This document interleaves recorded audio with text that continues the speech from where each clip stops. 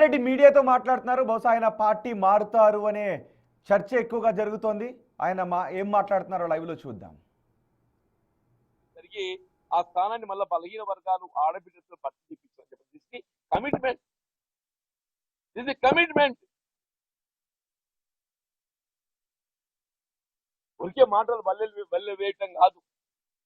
ఎవరి కమిట్మెంట్ ఏంటి అని కూడా ప్రజలు గమనిస్తుందని చెప్పంటున్నారు. ఎందుకు పార్టీ ఫిరాయించాలని సత్యం చేసినావు?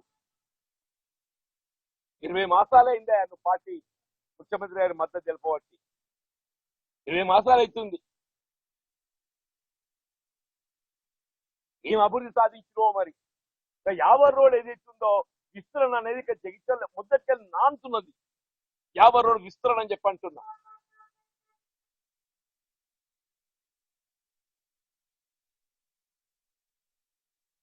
గతంలో 100 ఫీట్ల విస్తరణకు ఏదైతుందో ఇలా టౌన్ ప్లానింగ్ డిపార్ట్మెంట్ కి ప్రభుత్వాన్ని నివేదింప చేస్తే అక్కడ తక్కువ. సరే ఈయన వచ్చినగా నేనే దాన్ని చేస్తున్నా అని చెప్పని దాన్ని ఏదో చేయబోయిండు. టీడీఆర్ పట్టుకొచ్చి ఆ టీడీఆర్ ఇంతవరకు ఎవరికి అర్థమే కాలేదు. టీడీఆర్ ఏమో last before municipal elections collector గారి దృష్టి తీసుకెళ్లి ఒకటి విస్తరణ, రెండవది ఏదైతున్నదో వీళ్ళ విస్తరణకు సంబంధం లేకుండా వీళ్ళ అనుమతులకు భిన్నంగా డీవియేషన్స్ తో నిర్మాణం చేయబడ్డటువంటి ఉన్నాయి. యావర్ రోడ్ మీద ఏదైతున్నదో విస్తరణకు సంబంధం లేకుండా అనుమతులకు భిన్నంగా చేపట్టబడ్డ నిర్మాణాలు ఉన్నాయి. అవైతే తొలగించవచ్చు. కలెక్టర్ గారు ఆదేశాలు ఇచ్చిండ్రా.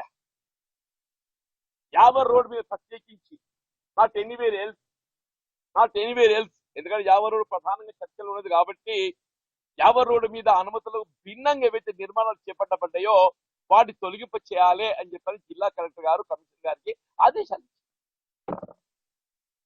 ఇంతవరకు ఏదైతుందో దాని మీద స్పందన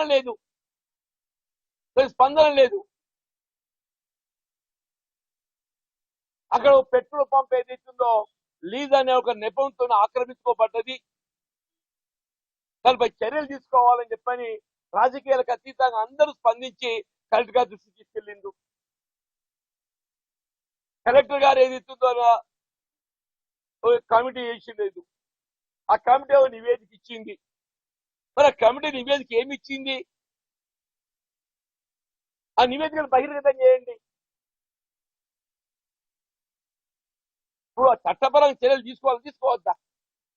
ఇప్పుడు ఆక్రమించుకుంటే ఏదైతుందో గతంలో జాప్యమైంది, కారణం ఏదైనా కానీ ఇవాళ ఏదైతుందో అది వాళ్ళ లైట్ అంటే వెలుగులోకి వచ్చింది.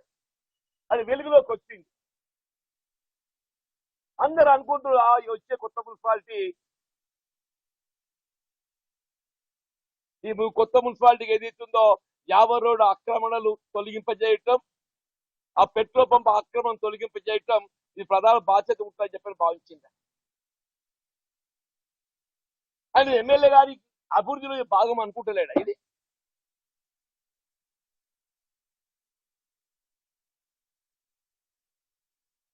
నూకబెల్లి ఇంతవరకు ఏదైతుందో అక్కడ 2 వార్డ్స్ ఏర్పాటు చేసి షిఫ్ట్ చేయాలని చెప్పానంటే మొన్న మున్సిపల్ ఎన్నికలు ఏదైతుందో అవి కేటాయింపు చేపట్టాడు లబ్ధిదారులు ఒకరు తరలింపబడలేదు.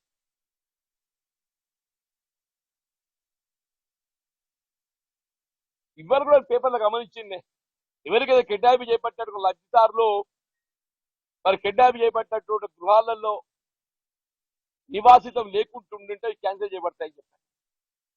ఏమిటి నాకు తెలుస్తుంది చెప్పండి.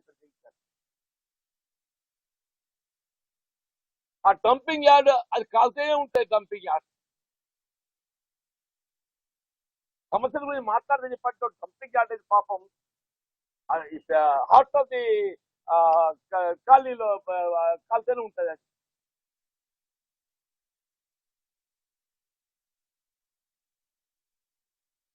ఏదైనా కానీ ఏది ఇస్తుందో మళ్ళా వాస్తవానికి అనుగుణంగా రాజ్యాంగబద్ధంగా మాట్లాడాలి అంటూ రాజ్యాంగబద్ధంగా నేనైనా మీరైనా ఎవరైనా చెప్పండి. నేను తీసుకోబోయే నిర్ణయం ఏదున్నా కానీ రాజ్యాంగం బద్ధంగా ఉంటుంది. తీసుకోబోయే నిర్ణయం ఏదున్నా కానీ ఏదైతుందో రాజ్యాంగం బద్ధంగా ఉంటుంది. రాజ్యాంగాన్ని అతిక్రమించేలాగా ఉండదు. మా మిత్రులాగా ఏదైతుందో రాజ్యాంగాన్ని అతిక్రమించేలాగా ఉండదు. నేను ఏ నిర్ణయం తీసుకున్నా కానీ చట్టసభకి ఎంపికైన ఒక సభ్యుడు రాజ్యాంగ బద్ధంగా ఆయన ఆలోచన విధానం ఉండాలి. People will appreciate it. ఆ విధంగా కాకుంటే ఏదైతున్నదో ఆయన నాకు నీతులు చెప్తున్నాను. నేను కలిసి పనిచేస్తా జీవన్ రెడ్డితో ఉరియమని ఊరి ఎక్కడ ఏ పార్టీ కథ ఏంది? మరి ఆయన ఏ పార్టీ అనుకుంటున్నా నాకు తెలియదు. నేను ఇంతవరకు అయితే కాంగ్రెస్ లో ఉన్నానే. ఇంతవరకు అయితే కాంగ్రెస్ లో ఉన్నా, ఉండాలని కూడా కోరుకుంటున్నా. మరి బంధం దిగుతూ ఎవరేం చేయాలి? బంధం దిగుతూ ఎవరేం చేయాలి అంటున్నా. ఎవడో వచ్చి ఇంకా చిచ్చు పెడితే ఏం చేయాలి? ఇలా మన దగ్గర ఒక ఉన్నది శాస్త్రం. ఇంట్లో ఉడుగుని చూస్తే ఏం చేస్తారే? ఇంట్లో ఉడుగుని చూస్తే ఏం చేస్తారు అంటున్నాను. ఇప్పుడు ఉడుగు లెక్క అజిత్ వచ్చే, ఇప్పుడు ఉడుగు లెక్క అజిత్ వచ్చే ఆయన ఉడుగుతో సంసారం చేయాలని కోరుకుంటున్నా, ఉడుగుతో కలిసి ప్రయాణం చేయాలని కోరుకుంటున్నా. ఆయన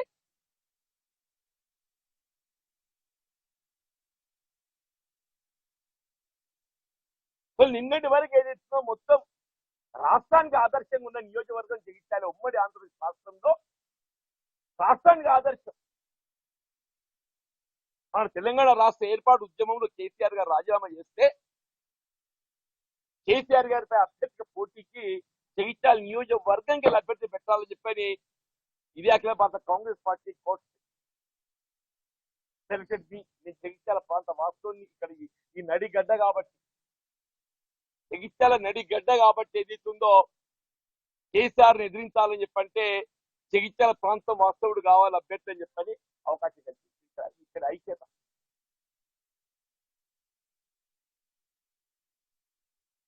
ఇవాళ 1996 బై ఎలక్షన్